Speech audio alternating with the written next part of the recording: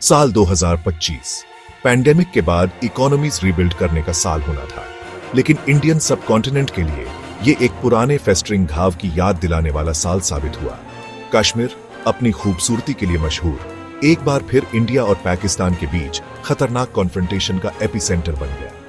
2025 के early spring में tensions इतनी तेजी से बढ़ी कि दो न्यूक्लियर आर्म्ड नेबर्स युद्ध की कगार पर आ गए।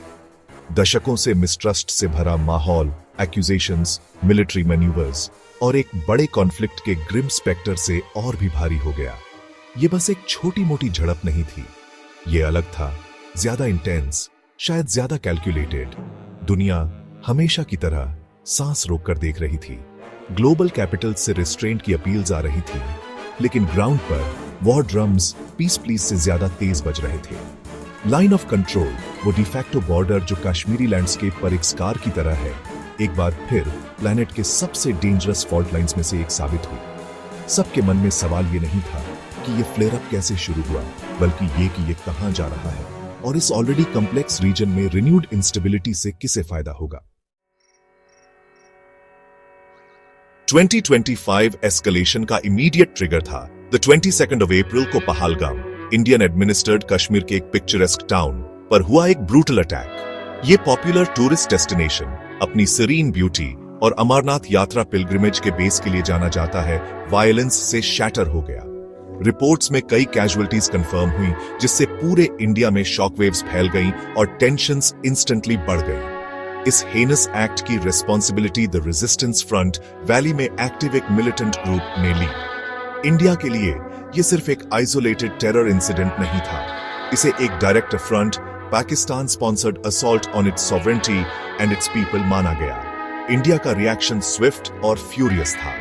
पाकिस्तान पर इमीडिएटली एक्यूजेशंस लगाए गए, alleging its direct involvement in supporting and orchestrating the Pahalgam attack. Indian government ने कहा कि उसके पास क्रॉस बॉर्डर कंप्लिसिटी के इररिफ्यूटेबल एविडेंस है। पाकिस्तान ने अपनी तरफ से किसी भी इन्वॉल्वमेंट से साफ इनकार किया। इस्लामाबाद ने वायलेंस की निंदा की, लेकिन फैक्ट्स का पता लगाने के लिए एक इंडिपेंडेंट इंटरनेशनल इन्वेस्टिगेशन की भी मांग की। ये डिप्लोमैटिक इम्पास, ये एक्यूजेशंस और डिनायल्स का ट्रेडिंग इंडिया पाकिस्तान डायनामिक का एक फेमिलियर स्क्रिप्ट है, लेकिन इस बार रेटरिक ज्यादा शार्प, पेशेंस कम थी। इंडियन रिस्पॉन्स जब आया, डिसाइसिव और असर्टिव था।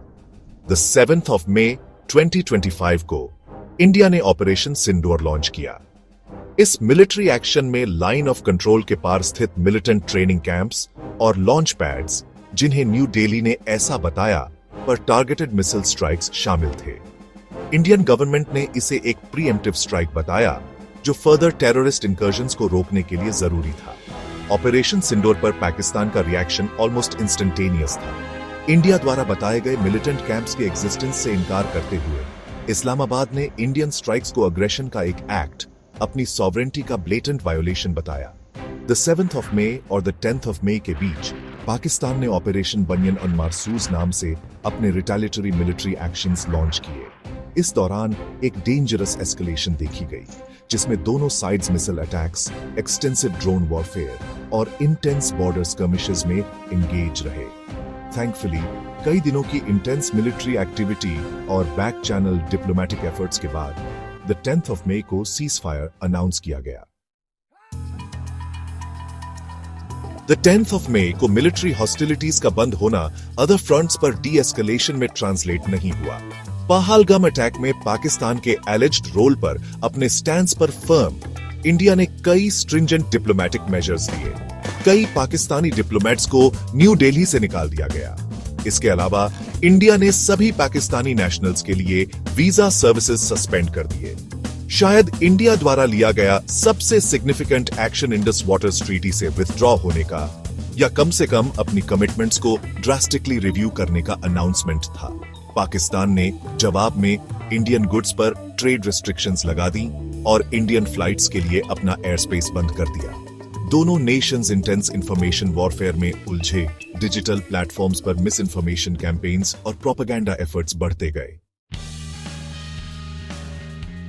स्ट्रेटेजिक कैलकुलेशंस और डिप्लोमैटिक चेस मूव से परे अप्रैल में 2025 क्राइसिस की असली कीमत सभी कॉन्फ्लिक्ट्स की तरह आम लोगों ने चुकाई। लाइन ऑफ कंट्रोल के दोनों तरफ सिविलियन कैजुअल्टीज रिपोर्ट हुई। शेलिंग और मिसाइल स्ट्राइक्स से जिंदगियां ट्रेजिकली खत्म हो गईं या फॉरएवर बदल गईं। घर तबाह हो गए, लिवलीहुड्स डिसरप्ट हो गए और बॉर्डर रीजन्स में फियर का माहौल छा गया। कश्मीर के लोगों के लिए, जो जेनरेशन से कॉन्फ्लिक्ट की शैडो में जी रहे हैं, ये एक और ट्रॉमेटिक चैप्टर था। डेली लाइफ में डिसरप्शन बहुत ज्यादा थी, खासकर बॉर्डर एरियाज और कश्मीर वैली में। स्कूल्स बंद थे, मार्केट्स बंद थे और एसेंशियल सर्विसेज अक्सर इंटरप्ट होती थी। ऐसे इंटेंस पीरियड्स ऑफ कॉन्फ्लिक्ट के दौरान जी रहे कम्युनिटीज, खासकर बच्चों पर साइकोलॉजिकल इंपैक्ट बहुत गहरा और लास्टिंग होता है। Regional impact immediate human cost से भी आगे बढ़ा। प्रीशियस रिसोर्सेज डेवलपमेंट से हटकर डिफेंस की तरफ डाइवर्ट हो गए। Robust, proactive peace building mechanisms, sustained dialogue और कॉन्फ्लिक्ट के रूट कॉजेज को एड्रेस करने की जरूरत हर नए क्राइसिस के साथ और भी अर्जेंट हो जाती है। जब साउथ एशिया रिन्यूड टेंशन से जूझ रहा था, चाइना, इसका giant northern neighbour, made in China 2025 जैसे एम्बिशियस ब्लूप्रिंट्स के साथ इकोनॉमिक और टेक्नोलॉजिकल सुप्रीमेसी की तरफ बढ़ता रहा। यह स्ट्रेटेजिक इनिशिएटिव सिर्फ एक इकोनॉमिक पॉलिसी से कहीं ज्यादा है। यह चाइना के लिए हाई टेक मैन्युफैक्चरिंग इंडस्ट्रीज में ग्लोबल डोमिनेंस हासिल करने का एक कॉम्प्रिहेंसिव प्लान है। रोबोटिक्स और आर्टिफिशियल इंटेलिजेंस से लेकर एरोस्पेस और न्यू एनर्जी व्हीकल्स तक, बीजिंग अपने इंडस्ट्रियल लैंडस्केप को ट्रांसफॉर्म करना, फॉरेन टेक्नोलॉजी पर रिलायंस कम करना और दुनिया का leading technological innovator and producer बनना चाहता है। मेड इन चाइना 2025 के गोल्स को अचीव करने के लिए इस्तेमाल किए जाने वाले टैक्टिक्स मल्टीफेसेटेड हैं। इनमें रिसर्च एंड डेवलपमेंट के लिए substantial state funding, domestic industries के लिए जेनरस सब्सिडीज और फॉरेन इन्वेस्टमेंट एंड एक्विजिशंस का एक्टिव इंकरेजमेंट शामिल है। साल 2025 के लिए स्पेसिफिकली चाइना ने एक एक्सपेंशनरी फिस्कल प्लान अनवेल किया, जिसमें इंक्रीज्ड डेफिसिट और डोमेस्टिक कंजम्पशन और इन्वेस्टमेंट को बूस्ट करने के लिए स्पेशल गवर्नमेंट बॉन्ड्स का इशुएंस शामिल है। ये dual strategy rapidly changing world order में अपने इकोनॉमिक फ्यूचर और बाय एक्सटेंशन अपनी ग्लोबल स्टैंडिंग को सिक्योर करने के लिए चाइना के प्रैग्मेटिक और एम्बिशियस अप्रोच को दर्शाता है। सवाल ये उठता है, खासकर इंडियन पर्सपेक्टिव से, कि क्या इंडिया और पाकिस्तान के बीच इंस्टेबिलिटी चाइना के स्ट्रेटेजिक इंटरेस्ट्स को सर्व करती है। बीजिंग ने ऑफिशियली डी एस्केलेशन का आह्वान किया, लेकिन डायनामिक्स कॉम्प्लेक्स हैं। चाइना रीजन में सिग्निफिकेंट स्टेक्स वाला major power, south Asian geopolitics में डिसइंटरेस्टेड ऑब्जर्वर नहीं है। एक व्यू पॉइंट ये है कि इंडिया पाकिस्तान टेंशंस इंडिया के स्ट्रेटेजिक फोकस को डाइवर्ट कर सकती है। एक डिस्ट्रैक्टेड इंडिया बीजिंग के लिए कम चैलेंज हो सकती है। रीजनल इंस्टेबिलिटी चाइना को साउथ एशिया में इन्फ्लुएंस बढ़ाने की अपॉर्चुनिटीज ऑफर कर सकती है। इंडिया और पाकिस्तान के बीच रिलेशनशिप नोटोरियसली वॉलेटाइल है। Shared history, bitter partition, territorial disputes और कंफ्लिक्टिंग नेशनल आइडेंटिटीज से बुनी एक कॉम्प्लेक्स टैपेस्ट्री कश्मीर इश्यू इस एंटागोनिज्म के हार्ट में है। एक सीमिंगली इंट्रैक्टेबल प्रॉब्लम जिसका रेजोल्यूशन 7 दशकों से ज्यादा समय से नहीं हो पाया है। इस ऑलरेडी कॉम्प्लिकेटेड डायड में चाइना एंटर होता है, एक ग्लोबल पावर जिसके अपने स्ट्रेटेजिक इंटरेस्ट्स और इंक्रीजिंगली असर्टिव फॉरेन पॉलिसी है।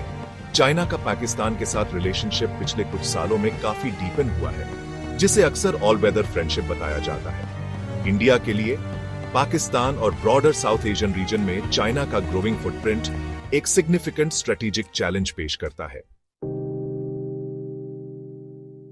अप्रैल में 2025 के इंटेंस फ्लेयर अप से कम मिलिटरीली डस्ट सेटल होने के बाद साउथ एशियन चेस बोर्ड पहले से कहीं ज्यादा कॉम्प्लेक्स और फ्रॉट विथ पेरिल दिखता है। इंडिया और पाकिस्तान के बीच 10 मई को हुआ सीज फायर अभी के लिए होल्ड करता है, लेकिन अंडरलाइंग एनिमोसिटीज और अनरिजॉल्व्ड इश्यूज डीपली एंट्रेंच्ड हैं। सबसे बड़ा क्रिटिकल क्वेश्चन ये है कि चाइना का अल्टीमेट गेम प्लान क्या है।